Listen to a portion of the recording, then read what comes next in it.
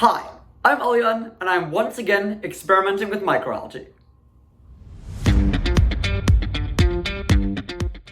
I wanted to share some results from the bioreactor this week, but unfortunately that's not working out. The optical density measurements are all a flat line, which means that the algae aren't growing super fast, so I don't have the results that I can show yet. So instead, I wanted to share some of the research that I'm doing in the back end of this experiment. My goal with this experiment is to build and optimize a cheap bioreactor. But why do we need bioreactors in the first place? Other than algae, what are they used for? That's the question I've been asking. Now you'll notice I've been saying bioreactor and not photobioreactor. That's because photobioreactors are really just a subtype of bioreactors, one that specifically has access to light, hence the prefix photo. And those ones are specifically used for growing algae. My research has been about all kinds of bioreactor uses, because the underlying technology is almost completely the same. If we make all bioreactors cheaper, photobioreactors will naturally be cheaper as well. And that's good for algae production as well as a whole bunch of other things, which I'll talk about in this video. I've already talked a lot about why bioreactors, specifically photobioreactors, are needed for algae. In essence, they're necessary for the growth of the industry. If you have a company making some kind of algae product, the cost of that product has to cover the really expensive photobioreactor that you had to buy in order to make that product in the first place. So for most companies, this ends up being a high-value vitamin or pigment that they can sell for a lot of money, which covers those bioreactor costs. But that means that a lot of the other awesome algae applications, like wastewater treatment, biofuels, aquaculture, they're all getting left behind. It's not possible to create an economically viable algae biofuel or wastewater treatment system when the bioreactor costs are so high.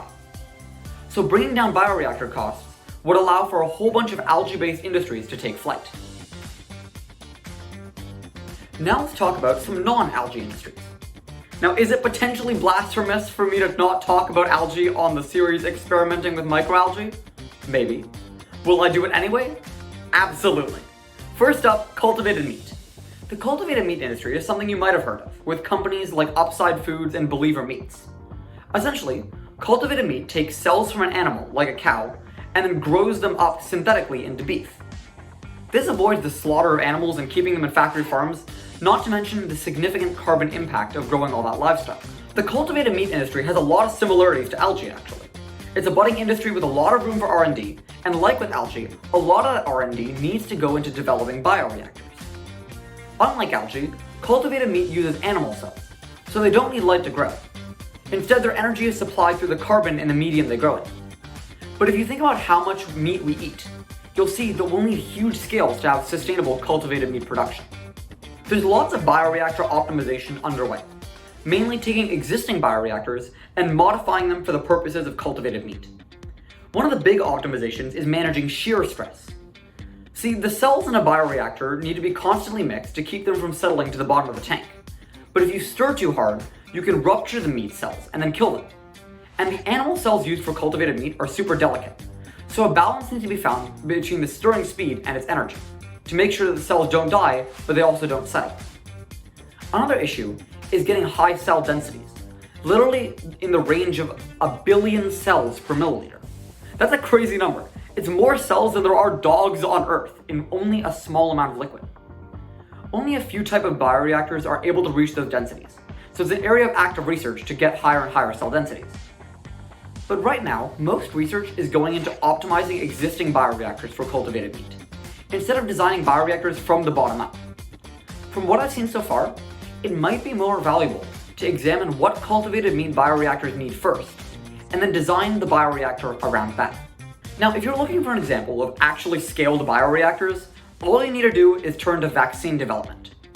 Everyone remembers the COVID-19 pandemic, especially the relief when a vaccine was created and we were able to slowly but surely transition back to normal life. Well, the existence of that vaccine was actually in great part thanks to bioreactors. COVID was a virus for which we created a special type of vaccine called an mRNA vaccine, or a recombinant protein vaccine. Essentially, we used mRNA to manipulate cells into producing the vaccine for us. And then we took that vaccine, extracted it, scaled it up, and made the stuff that you injected into your arm. But to grow those cells in the first place, we needed bioreactors. Bioreactors for vaccine production actually isn't a new thing. It's been used for other viruses like influenza, dengue fever, and Zika virus. And actually, bioreactors for vaccines are one area that has already been scaled for production. The largest bioreactor ever was produced for vaccines, amounting to a whopping 1.5 million liters. It's estimated that for cultivated meat, even 1/5 of that bioreactor could make enough meat to feed 75,000 people. A lot of the core technology for vaccine bioreactors is the same that's needed everywhere else. Adjustments with storing in light have to be made for use case, but it's the same idea. The big difference is that vaccine production is an industry that has lots of money to build bioreactors at scale, because vaccines are expensive. Meanwhile, cultivated meat and a lot of algae products like biofuels are commodity products, which means that they need to be a lot cheaper. So they might not be able to use the same technology that expensive vaccines do. There's a lot of lessons we can pull from vaccines about scaling the production of bioreactors. But my sense is that some of the core technology will have to change for cultivated meat and algae production to work and be cheap.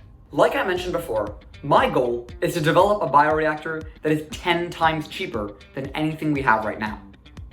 And after researching the various uses of bioreactors outside of algae, my conclusion is that we need a fundamental design change for these bioreactors to make them scalable.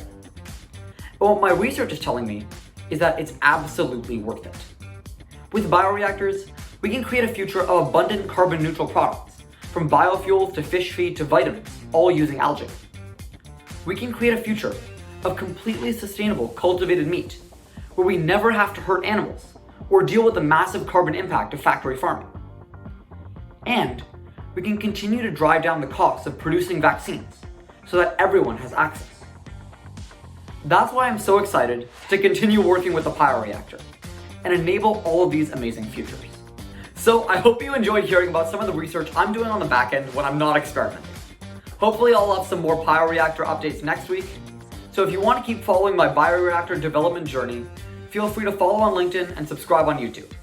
And as always, I will see you in the next one.